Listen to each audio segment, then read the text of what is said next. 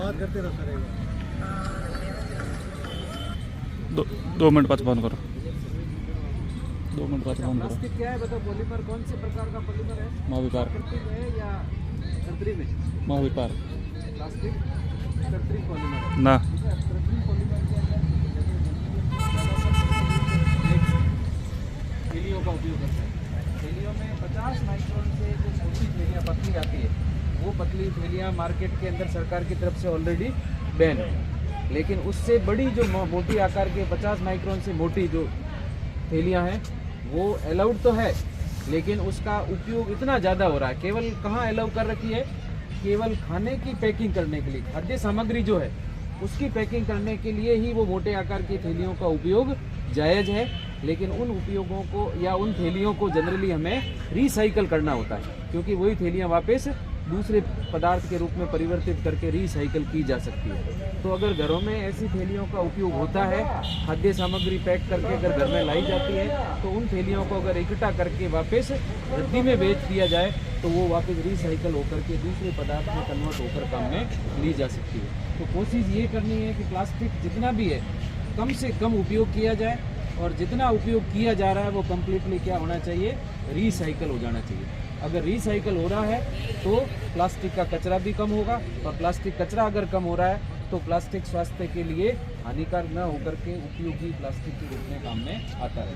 और अगर रिसाइकल हो रहा है तो ऐसी स्थिति में अगर प्रकृति में कहीं पर भी होगा तो वो स्वास्थ्य के लिए हानिकारक न होकर के उपयोगी पदार्थ के रूप में काम में लिया जा सकता है। और प्लास्टिक एक बार नहीं, कम से कम 50 से 60 बार रिसाइकिल किया जा सकता है। उसकी प्रकृति में किसी भी तरह की में अगर ज़्यादा से ज़्यादा प्लास्टिक का रिसाइकलिंग किया जाए तो एक तो कम प्लास्टिक मैन्युफैक्चर होगा, रिसाइकल प्लास्टिक वापस यूज हो जाएगा, और स्वास्थ्य पर विपरीत जो प्रभाव पड़ रहा है वो उसका विपरीत प्रभाव कम से कम पड़ेगा। तो कोशिश ये करनी है, लोगों मैसेज ये देना है कि प्लास्टिक का उपयोग तो करें, लेकिन मिनिमम जितनी रिक्वायरमेंट है उसका उतना ही उपयोग करें। अगर अनिवार्य रूप से उपयोग करना भी है तो उस प्लास्टिक को वापस रिसाइकिल किया जाए। जैसे प्लास्टिक की बोतल्स भी आ रही है, तो प्लास्टिक के जितने बैग वगैरह बोतल के अंदर भर के अगर रख दिए जाए तो रद्दी के भाव बेच करके हम वापस उसको रिसाइकलिंग में अपना सहयोग कर सकते हैं। तो अपनी ये कोशिश होनी चाहिए कि ये सभी लोगों तक ये सूचना पहुंचाई जाए कि प्लास्टिक का अधिक से अधिक रिसाइकलिंग किया जाए। हर जगह जो टुकड़ों के अंदर प्लास्टिक फेंक देते हैं वो फेंकने की प्रवृत्ति है, उसको धीरे धीरे कम किया जाए। तो अपनी तरफ से यही मैसेज सबको पहुँचा रहा है।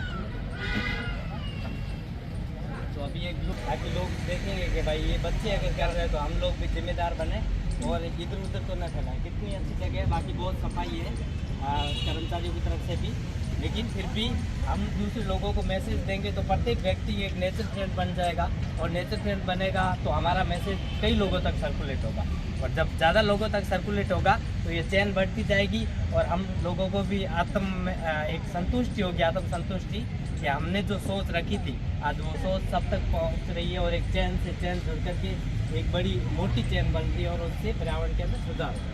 तो बस ये मैसेज